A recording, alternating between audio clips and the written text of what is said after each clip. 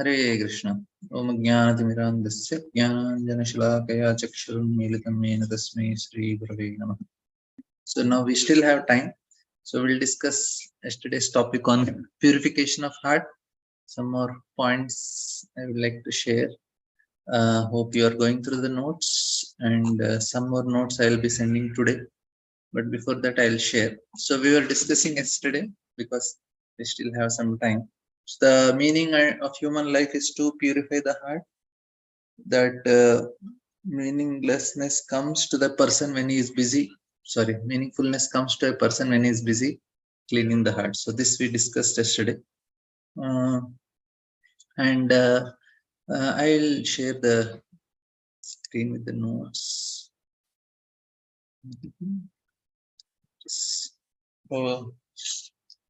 So we can celebrate Krishna in our heart, but only thing is we are not able to see him.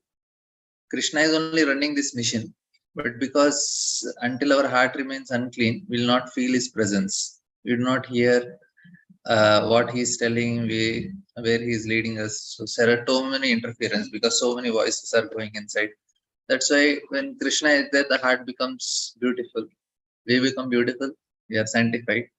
Now, holy name when we chant, it is infinitesimally attractive, and we should get infinite love, but it is not happening because our heart is rusty. Iron should get attracted to a magnet, but because if it is rusty, it is not getting attracted. So that's what we understood. And as long as in the metal world, dirt or dust in our heart is accumulated, and how it is accumulating? It is accumulating from millions of lifetimes.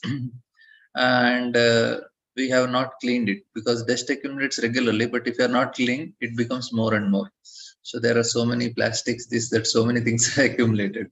Now it's hard for us to clean our heart ourselves. It's not easy. A lot of things are there, and so much laziness is there. So what happens? So that's why Krishna, Krishna in our heart, Krishna from our heart is watching, and how sincerely and thoroughly we are trying to clean, and he will clean. And when we approach another and begin to teach, we pretend that we have to be sincere. So in that way, it helps. The preaching helps. Now, in order to purify heart, we must have some. We should do something practical. I just cannot sit and chant whole day. That's why we have to do some practical. Engaging some services very important that we discussed yesterday.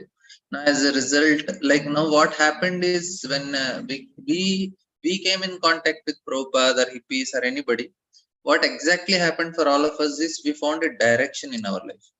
This is a very important thing. And then when people live trying to fulfill their material desires, although he has achieved the material desires, but the heart remains empty because it is void. No matter how much people fill with drugs, television, internet, so many things, but heart still remains empty. That is a problem.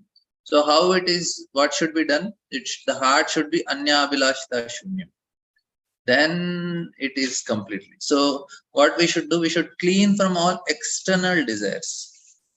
So then two things happen. Then a person feels that Krishna is the highest goal, and then he sees actually he will feel some meaningfulness in life. That's why when people came in contact with Prabhupada, they could give up everything. They could do big sacrifices because the sense of meaning actually made them do big sacrifices. So if you understand I have some purpose in life, it becomes very easy. People a sense of higher meaning, higher destiny, and ultimate destination of life. Then because life is very hard, and if you don't have any and life in material world, so many obstacles are there. But if all this does not have any higher meaning, then people are working hard, they also have to face, everybody has to face, but it will be meaningless if they don't have because they will feel it's pointless to struggle. Why am I struggling without any reason? But and then we discussed about existentialism, which people feel ultimately logical conclusion is commit suicide only. That's what is existentialism, because they say we have to just exist, but the purpose is not known. The meaning of existence is non-existence only. But the most valuable then we can get is a feeling of our higher destiny. When our heart is clean of externals, external desires, hindrances, noises, so many things that we are having. So when we wake up, so many scrap is there and so many false goals. But when a person he uh, he feels actually God is in my heart, he understands the meaning of existence is serving. So now another thing we discuss is Krishna will clean our heart. So we ourselves, we do not clean our heart. The only thing we have to do is we have to make small efforts. Small efforts. Now what we are doing is reading Bhagavatam, chanting. It's small efforts. So we like our garbage because it is ours, because it is there from long term. When we are cleaning, this is actually what happens regularly when you clean your house. We still keep our garbage in our house only. We don't want to. But Chaitanya Mahaprabhu does not make distinction. He takes everything and expels from the heart. So that is the miracle. So what happens is we begins to realize that all other things are insignificant compared to Krishna. So everything that previously attracted us somehow fades away. We feel tasteless. All these things happen because of the mercy of Lord Chaitanya Mahaprabhu. And what does Krishna does in our heart? So Krishna actually makes us feel that it is not worthy, and then we start giving up of all these things. So that we discuss. Then yes. So getting up in the morning, we repeat the mantra, we wake up. So what happens is we get little taste, rasa. So this is actually important. So this taste will protect us, even though Mani tells sometimes we may give up and we may live, but people live sometimes, but they will come back again because they are searching for this taste. Now the Lord Himself must purify our heart. We must make an endeavor, and Lord will do. Now we'll have another discussion. What happens is Chaitanya Mahaprabhu's mercy. It is invading our heart like a waterfall. He is very, very merciful. And now we'll discuss little more things. What he wants us to do is take responsibility. This is the first thing. So we are depending on mercy of Lord Chaitanya Mahaprabhu is very powerful. And mercy is completely without cause. This is another thing. But what is important is we should take responsibility of cleaning. He does not like us to be lazy. And he makes us do it. But ultimately he takes up the matter himself and cleans. He does the cleaning part, but he wants us to be a little responsible also. Then he will do all the remaining job. When we chant, we burst into our life very powerfully, unceremoniously, and he burst into our life unceremoniously and began to take up the rubbish that has accumulated in our heart with his own hands and throw it out. Now we'll discuss today what is this rubbish. That is the point of discussion today. If we clean our heart, everything else will be clean. This is another important point. Please try to understand. This is very important, but not some detail. This is very important. If our heart is clean, everything else will be clean. The people around us will become cleaner. The people will smile and become happier. The world around us will become cleaner. The society in which we live will become cleaner and better. So all these things happen when our heart is clean. So this is the connection. If my heart is dirty, everything I look around looks dirty. If I am wearing yellow glasses, whole world looks yellow. If I am very clean, world also looks clean. So this is very important. If we are finding difficulty in this world, that means there is problem in our heart. If we are clean, then Vishwam Purna Sukhayate. Then you will find everything is okay only. You see everything because we can see Krishna's hand in everything and we appreciate everybody, everything. And we can see good in others and appreciate that. Now, what is the nature of dirt in our heart? So this we'll discuss. So we are understanding that there is a dirt. We have to make an effort and Lord will clean. If our heart is clean, we'll be able to appreciate the Lord. We can see everything around us, everything clean. Now, what is this dirt? So we take what in our heart as something pure. This is generally what happens, and people are attached to it. Most people do not even see the dirt also. They say everything is fine only. But this is a very important point. As long a person does not encounter internal introspection, and how this internal introspection happens by studying of scriptures and like Bhagavad Gita. So, and then what happens is then a person goes deeper and then he will be able to see something wrong there. So we have to read scriptures to understand that I have some problem in my heart, and that will help us to work on it. Otherwise, people are ignorant only. They think, oh, everything is fine only. After coming to Krishna consciousness, we know there is something called lust, greed, pride, anger, envy, illusion. Before that, because people see movies, they think to become angry, to become greedy, to become lusty is actually natural, and that is what it should become. But after coming Krishna consciousness, we said, oh, this is not the right thing. We think so. Generally, people think, oh, this is me. There is nothing wrong with that. So these are all qualities. And until it does not, it is something stupid thing, it does not understand. Oh, I did such a mistake. So first time when I joined ashram, that time somebody kept prasad plate for other devotee. I was hungry and I went into prasadam and I happily ate it. After that, I feel so bad. I ate somebody else prasadam. I went and asked him forgiveness. So, uh, so then that time I understood. Oh, I am greedy also. Before that, I never thought I am greedy. So when we do some stupid thing, then we understand. Oh, I think I have some dust in my. Till now, I remember. It was a very bad experience I had. Means I felt so bad. How much greedy I am. So now, we should understand about. We should understand about uh, uh, what is this metal nature a little bit, because in this metal nature everything is slipping away from all of us all the time. So, and we are trying to grab something in this metal world. So these are the dust, that's why we are discussing. So trying to stay in some kind of status or in some position, we are trying to materially some status, some position, grab onto some things. But the nature of world is such that it is impossible to grab at anything here. Oh, I want to give one disclaimer. This is not my notes. I am taking from Bhakti Vigyan Maharaj. It is courtesy Maharaj. It is not my realization. So, uh, this by Maharaj's mercy, I am making some notes and speaking to all of you. The nature of this world, I am repeating so that it is reminding me and it is helping me. That's the reason.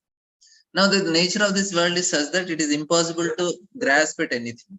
So, whatever you grasp in a few moments or few years, you will find what we are holding on is no longer holding us.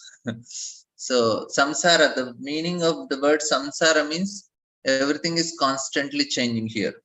So, the soil is living under our feet. So, this is actually what is this material world. But the sick heart or material heart is what? It is constantly concerned with material desires. So this is actually the problem with many of the people.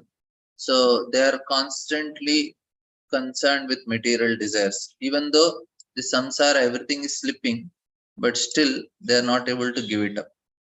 So, and what happens is they are mortally sick with disease of material existence.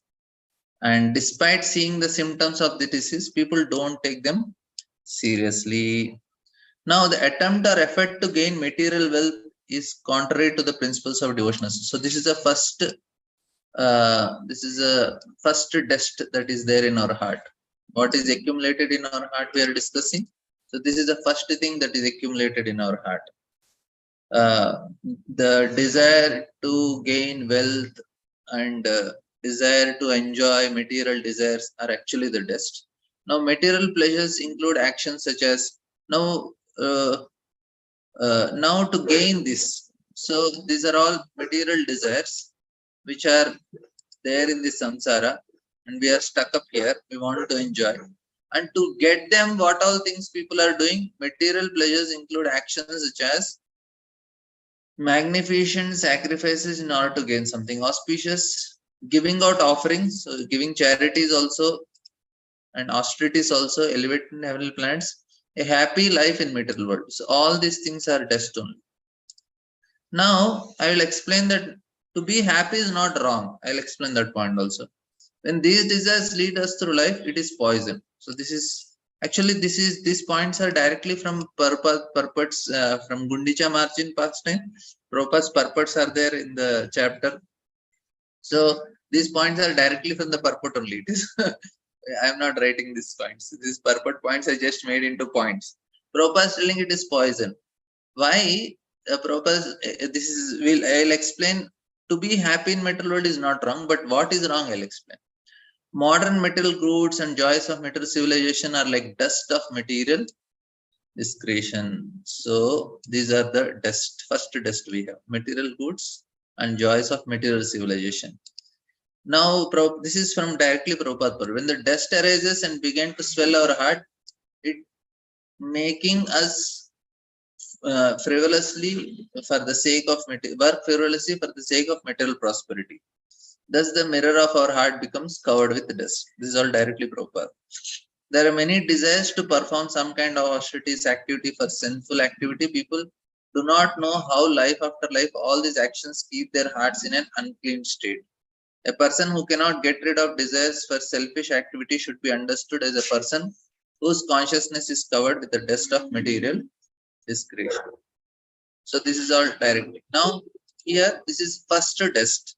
First test is all material desires. We all know so many desires are there, which is covering the mirror of our heart. Now there is second level of test. This is karma and jnana. So they're actually the pious activities jnana. They lead to transcendental knowledge. They are not wrong. Like when we heard this pastime of Jiva Goswami, where he is having a debate with Vallabhacharya. Vallabhacharya actually says to Rupa Goswami that, Are, you are telling this karma and jnana are like which? And so Rupa Goswami says, yes, I am going to change. Jiva Goswami says, Are, that is not wrong. He is not actually condemning karma and jnana. What he is telling is the which robs our heart is our desire for karma and jnana. So it's not karma and jnana that is not wrong, but the desire for karma and jnana. What does it mean?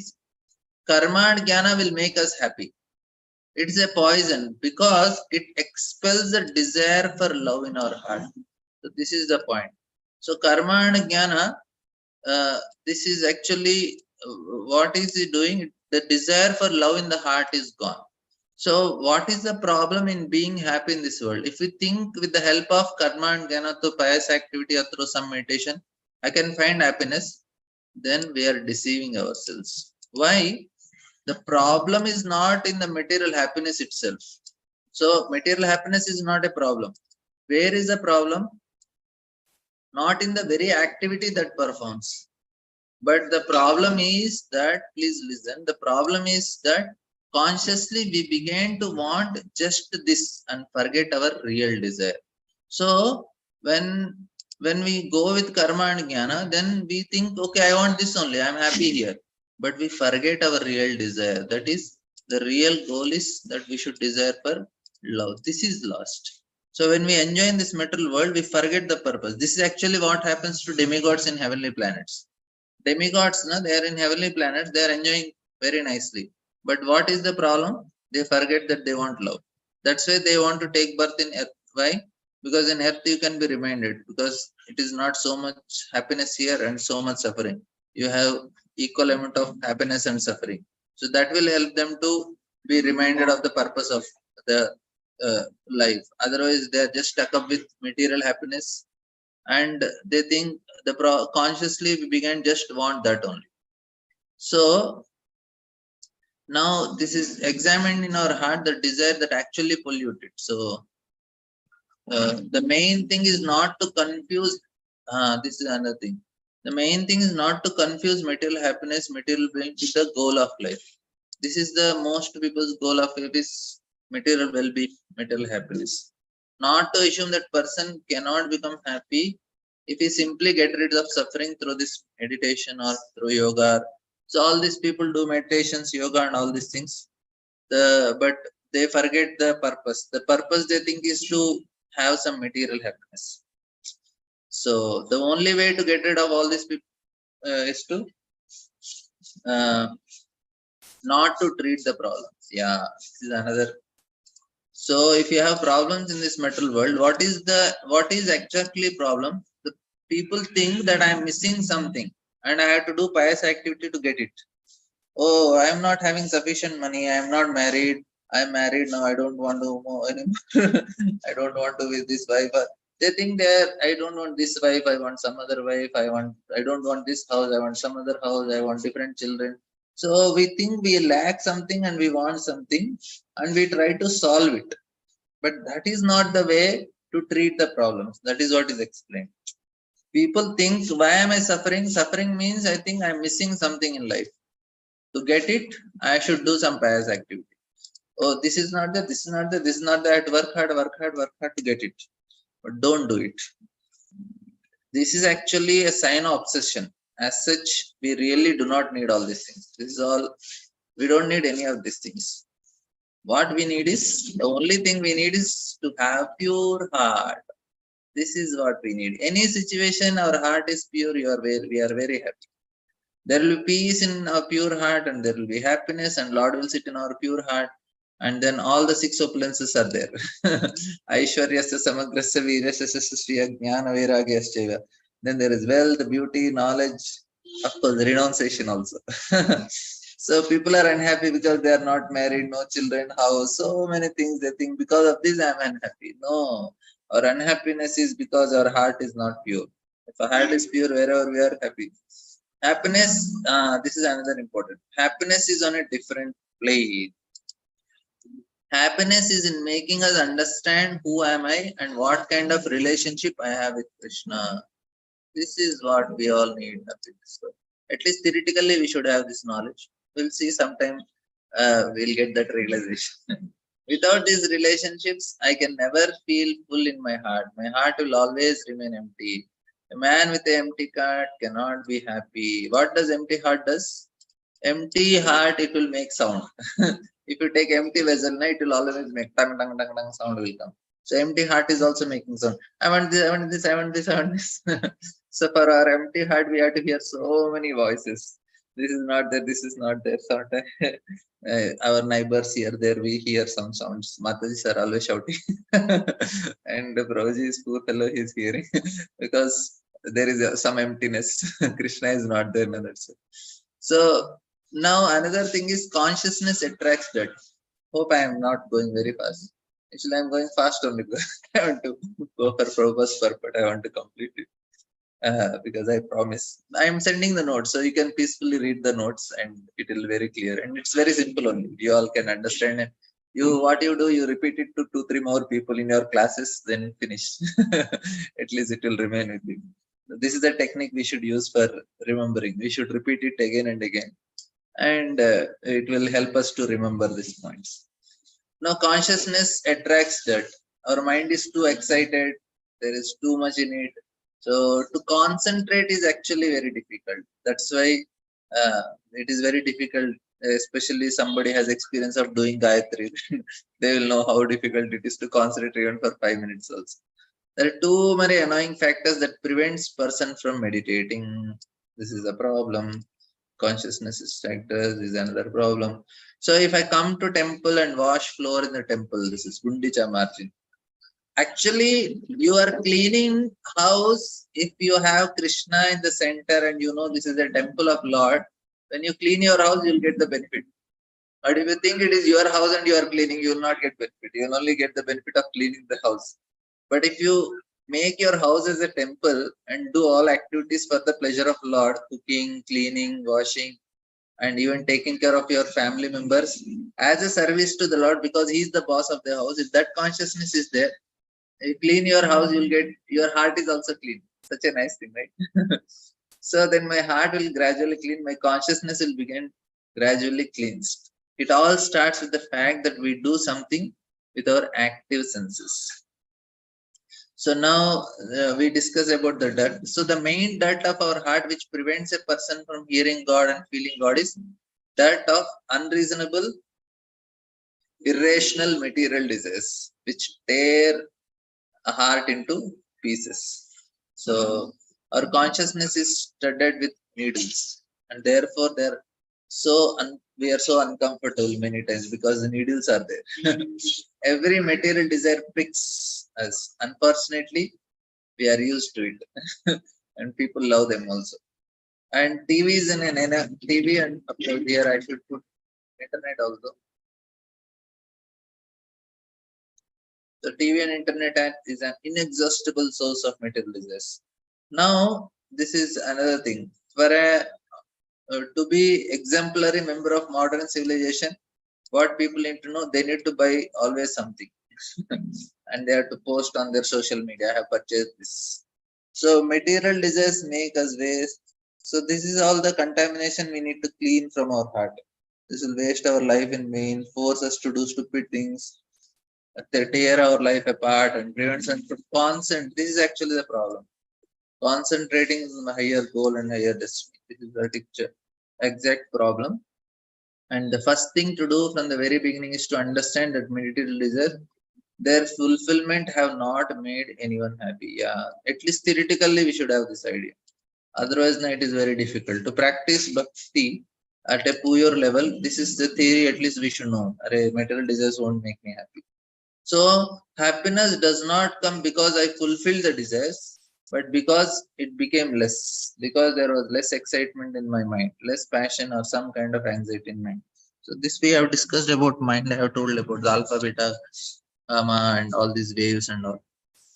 I'll not go in detail of this. The first thing that comes when a person gradually cleans the heart, he begins to understand that he does not need much. This is another very important point.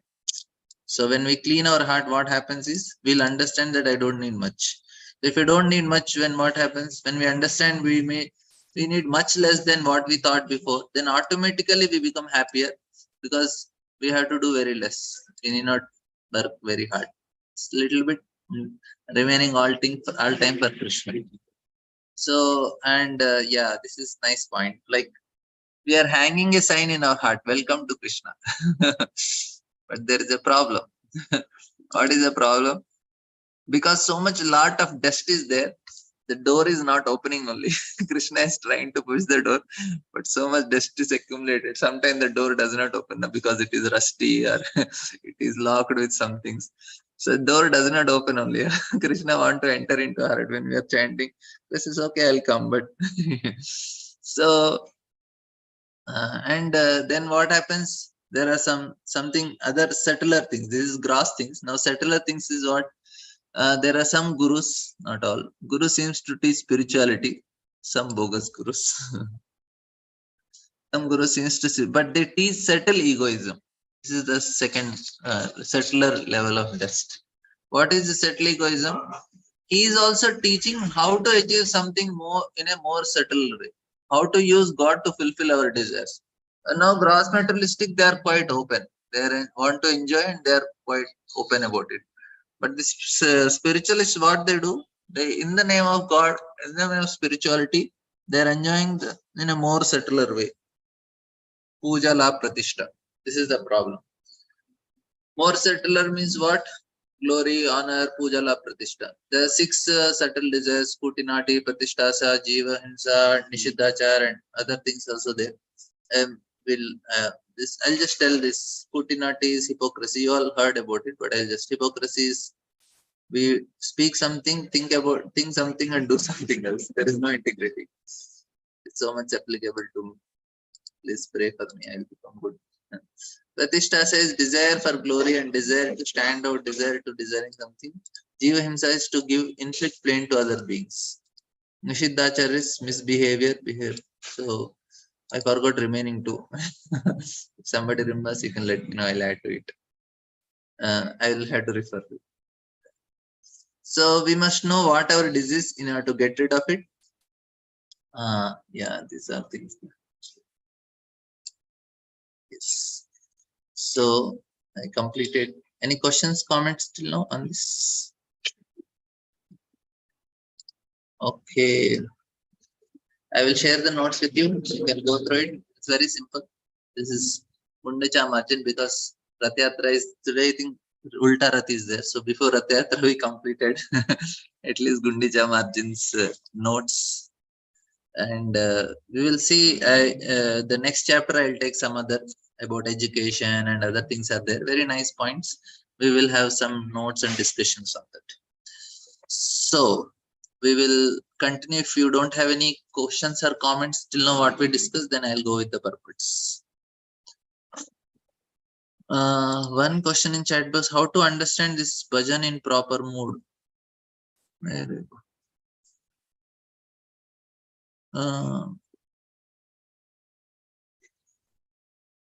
I didn't understand question 2. Which question?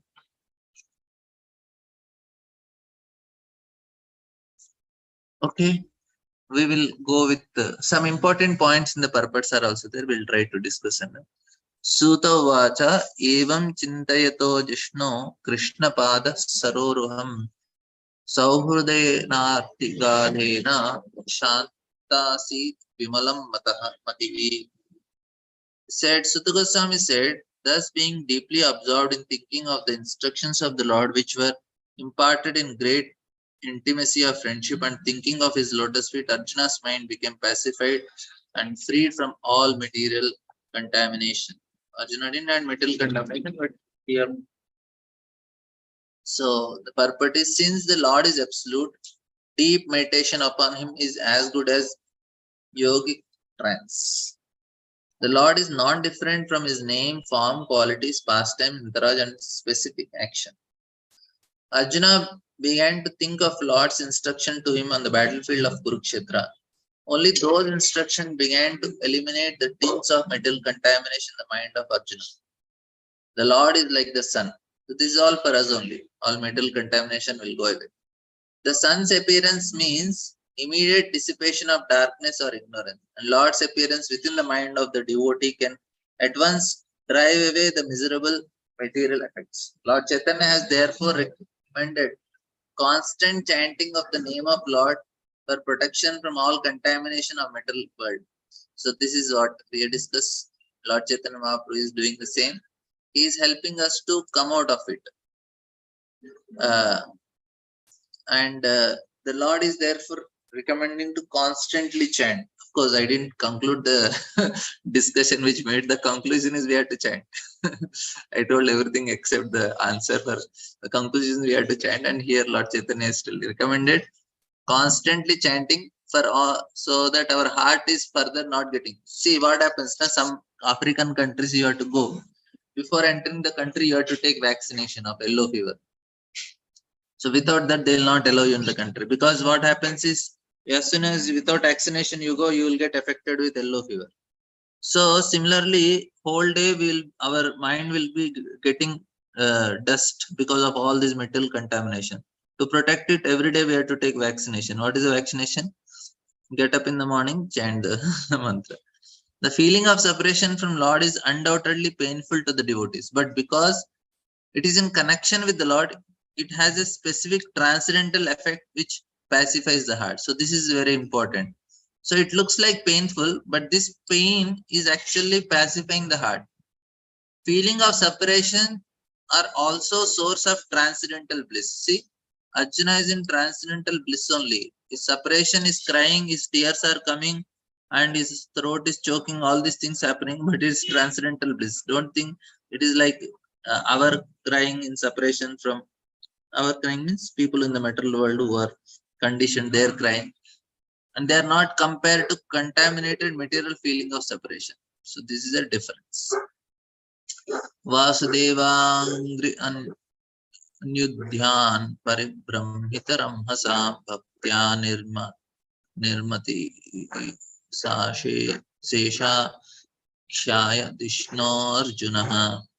Arjuna's constant remembrance of lotus feet of Krishna rapidly increased his devotion, and as a result, all the trash in his thoughts subdued. This is nice purport. Material desires in the mind are the trash of material contamination. But such contamination, the living being is faced with so much with so many compatible and incompatible things that discourage the very existence of spiritual identity. This is what is our heart is filled with now. That's what Prabhupada is telling. Birth after birth, the conditioned soul is entrapped with so many pleasing and displeasing elements, which are all false and temporary. They accumulate due to our reactions to material desires, but when we get in touch with the transcendental Lord in his variegated energies by devotional service, the naked form of all material desires become manifest, and the intelligence of the living being is pacified in its true color. As soon as Arjuna turned his attention towards the instructions of the Lord, as they are inculcated in the Bhagavad Gita, his true color of eternal association with the Lord becomes manifest, and thus he felt freed from all material contamination. So this is a very nice Geetam Bhagavatam Jnanam Yattat Sangram Murdani Kala Karma Tamoruddham Punar Adyagrama Prabhu. Because of the Lord's pastimes and activities and Arjuna's feelings of separation from him, it appeared that Arjuna forgot the instructions left by the personality of God. But factually, this is not the case. And again, he became Lord of his senses. This is also nice purpose. The conditioned soul is enwrapped in his fruitive activities by the force of eternal time. If we read very closely Prabhupada purport, he is telling so many very deep and subtle points.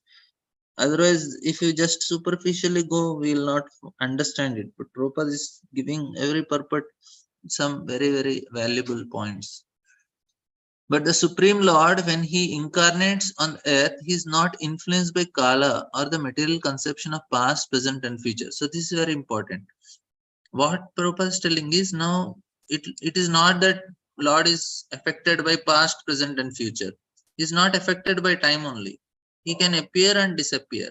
So for us it is past, present, and future. But for Lord it is not past, present, and future. Lord is actually manifesting his spiritual world and is unmanifesting spiritual world. It is not affected by time. It's actually very deep. Hopefully you'll understand. I'll try to explain. Like now if you go to heavenly planets, their 5 minutes will be 1 year for us.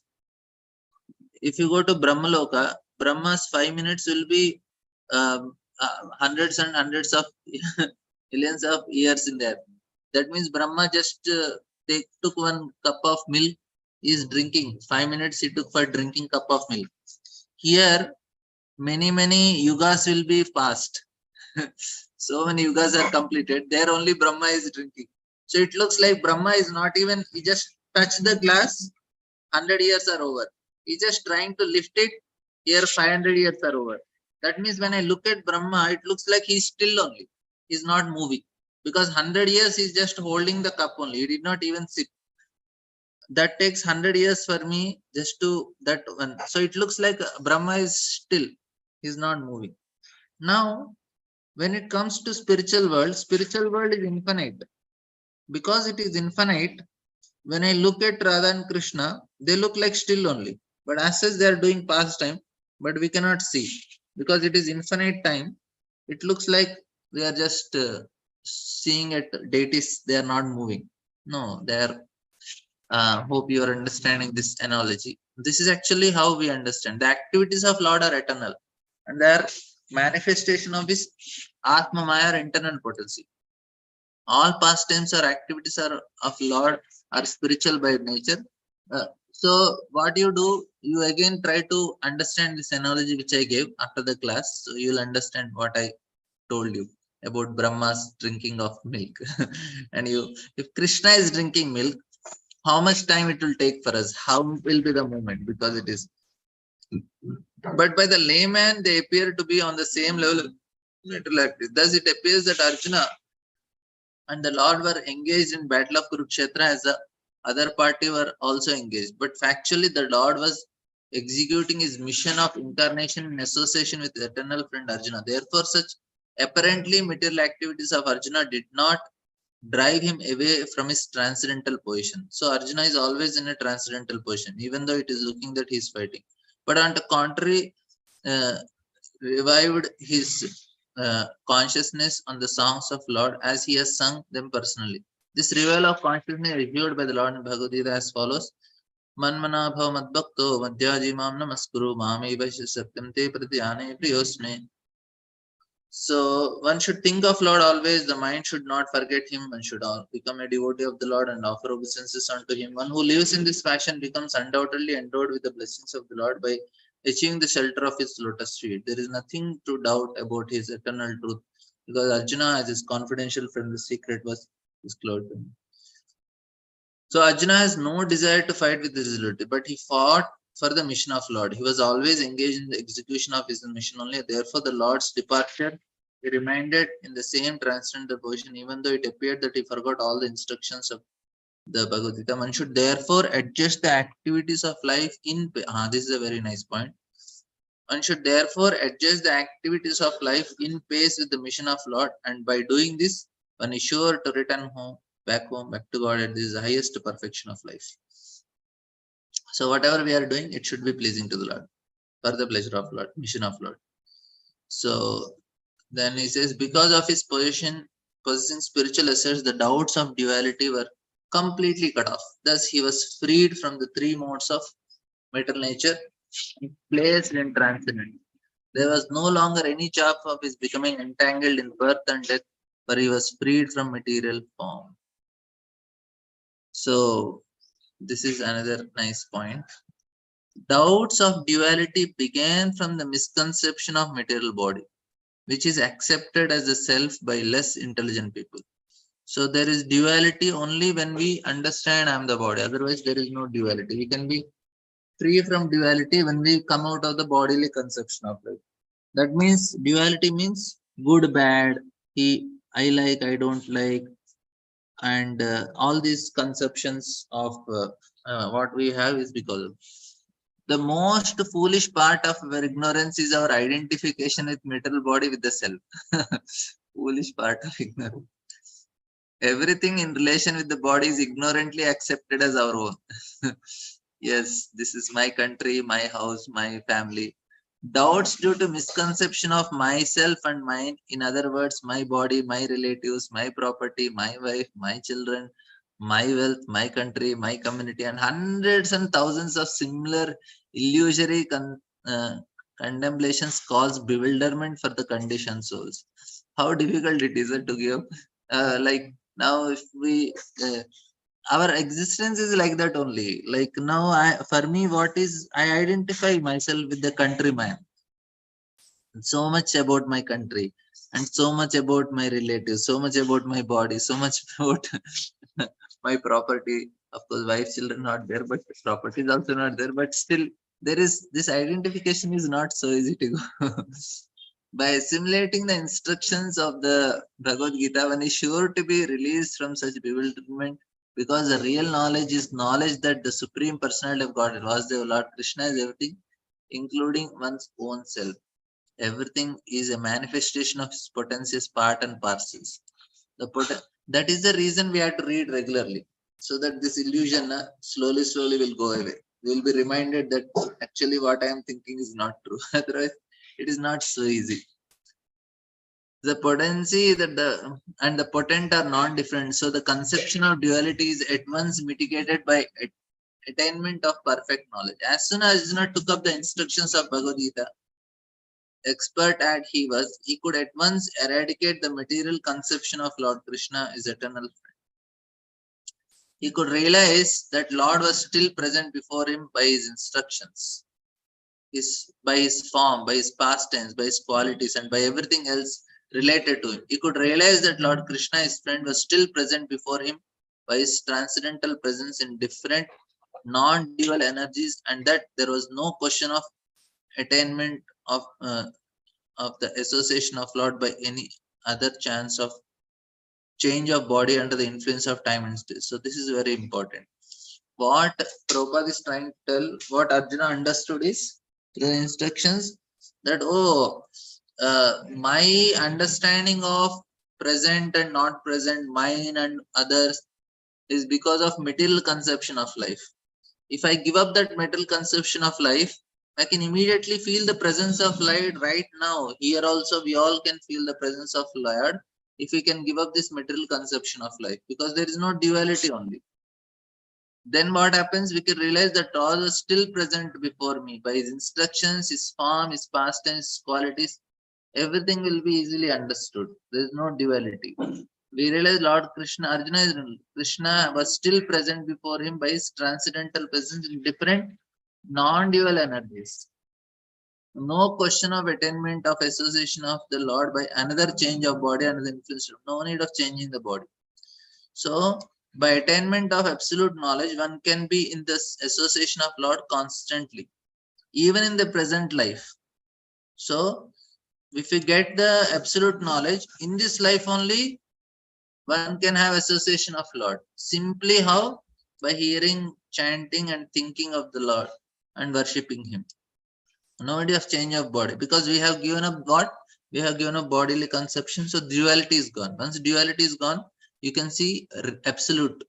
See, this is the difference: absolute truth and relative truth. Now, what we are seeing is all relative, but when we give up, then absolute.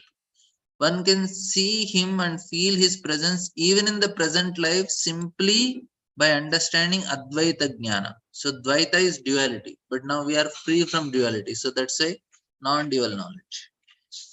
Advaita, Lord or the absolute Lord, through the process of devotional service, which begins with hearing about Him. Lord Chaitanya says, so Prabhupada is again giving this. Very simple. Lord Chaitanya says, why is the duality? Heart is unclean. So what to do? Lord Chaitanya says that simply by chanting the holy name of Lord, one can at once wash off the dust on the mirror of pure consciousness. And as soon as the dust is removed, one is at once free from all material conditions. So cleaning of heart is always told. So all the purport Prabhupada is telling, clean the heart, clean the heart. To become free from material condition means to liberate the soul. As soon as one is therefore situated in absolute knowledge, his material conception of life is removed, and he emerges from a false conception of life. Thus, the function of the pure soul is revived in spiritual realization. This practical realization of the living being is made possible due to his becoming free from the reactions of three modes of mental nature, namely goodness, passion, ignorance. By the grace of the Lord, a pure devotee is at once raised to the plane of the absolute, and there is no chance of the devotees becoming materially entangled again in the conditioned life. One is not able to feel the presence of the Lord in all circumstances until one is endowed with the required transcendental vision, which is made possible by devotional service prescribed in the revealed scriptures.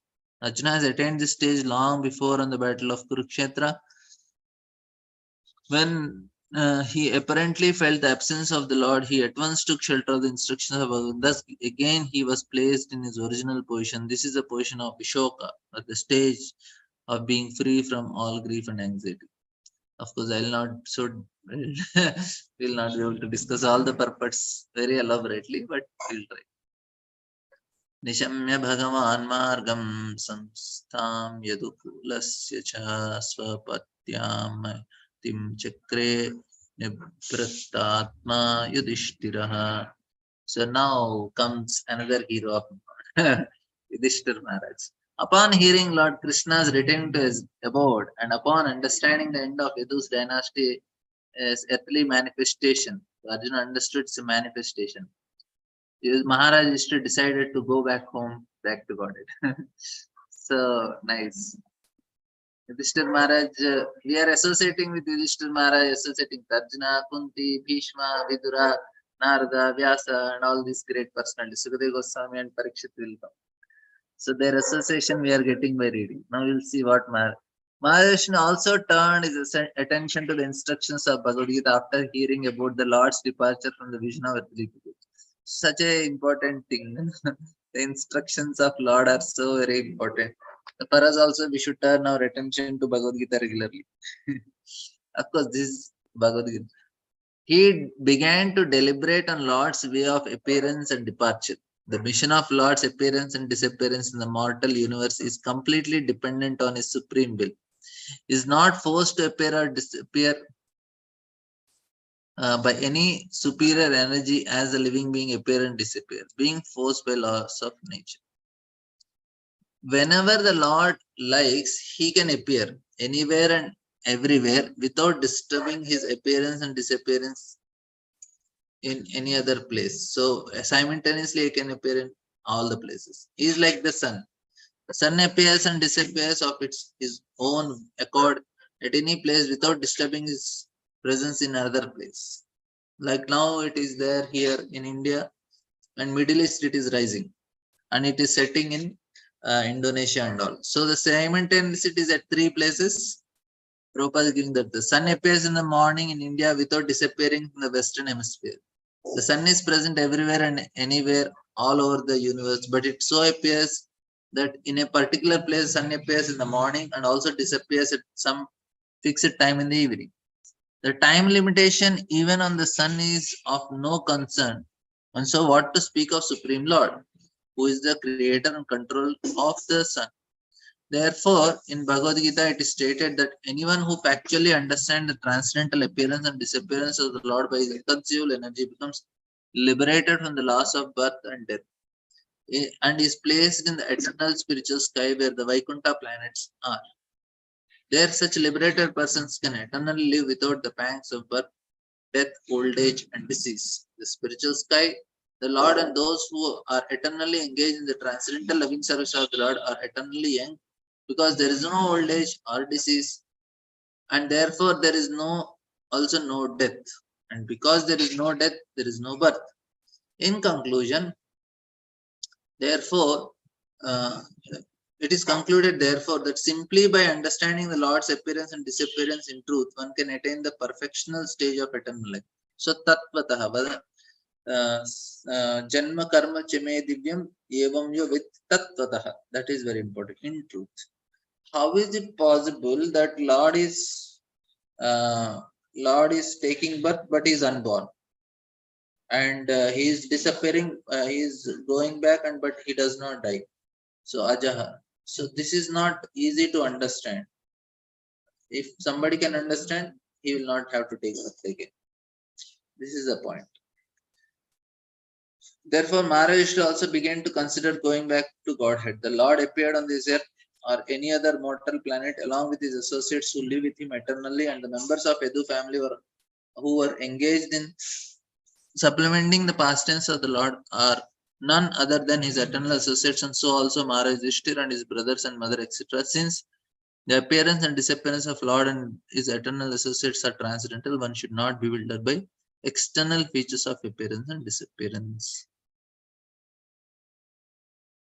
So Kunti, and after overhearing Arjuna's telling end of Yadu dynasty and disappearance of Lord Krishna, engaged in devotional service of the transcendental personality of Godhead and full attention, thus gained release from the course of material existence. So Kunti left. Just she need not go to forest. She left in her palace only, thinking of Krishna. So this is the advantage. For doing devotional service, you can go back to God. Sthane sthita sutikatam tanvar. You can be at your place and go back to God. No need to go to Himalayas. But Yudhishthira Maharaj, and they have to do because they are Kshatriyas, so they have to set some examples. Yudhishthira Maharaj goes to. The setting of sun does not mean the end of sun. It means the sun is out of sight. Similarly, the end of mission of Lord in a particular universe or planet only means that he is out of our sight. The end of Yadu dynasty also does not mean it is annihilated. It disappears along with Lord and is out of our sight. And as Maharaj decided to prepare to go back from Goddess, so also Kunti decided that she finally engaged herself in transcendental devotional service of the Lord, which guarantee one the passport from going back to God after quitting his present material body. The beginning of devotional service to Lord is the beginning of spiritualizing the present body, and thus an unalloyed devotee of Lord loses all material concept and content in the present body. The abode of Lord is not a myth, as is thought by the unbelievers or ignorant people. So this is so, but one who certainly reaches there after leaving the present body, one must prepare himself going back to God to practice in devotion. The guarantee a passport for going back to God, Kunti adopted it. So, thus the supreme unborn Lord Sri Krishna caused the members of Yadu dynasty to relinquish their bodies and thus relieved the burden of earth. This action was like picking out a thorn with a thorn, though both are the same to the controller. So this pastime again Prabhuji discussed today, so I will not go for it. And again Vishnu Chakra Thakur is also commenting on it, so we'll skip. Yes, the Supreme Lord relinquishes the body which he manifested by we'll just read 1, 2 and then we'll end. which he manifested to diminish the burden of it, just like a magician. He relinquishes one body to accept different ones, like a fish incarnation and others. This one purport will do, of course, it's a big one, and then we'll end. The Supreme Lord, personality of Godhead, is neither impersonal nor formless, but his body is non-different from him, and therefore he is known as the embodiment of eternity, knowledge, and bliss. In the Brahma Vishnu Tantra, it is clearly mentioned that anyone who considers the form of Lord to be made of material energy must be ostracized by all means.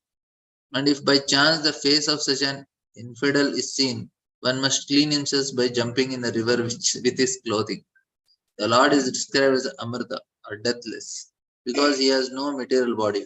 Under the circumstances, Lord's dying or quitting his body is like the jugglery of a magician. The magician shows by his tricks that he is cut to pieces, burned to ashes, or made unconscious by hypnotic influence, but all are falsely shown, false shows only. Factually, magician himself is neither burned to ashes, nor cut to pieces, nor is dead or unconscious at any stage of his magical demonstration. Similarly, the Lord has his eternal form of unlimited variety, of which the fish incarnation, as was exhibited within this universe, is also one. Because there are innumerable universes, somehow or other, the fish incarnation must be manifesting his past tense without cessation. In this verse, the particular word they eternally accepted and not the word the viditva accepted by the occasion is used. The idea is that the Lord does not create the fish incarnation. He eternally has such a form. All these incarnations are always there. The appearance and disappearance of such an incarnation serves particular purpose.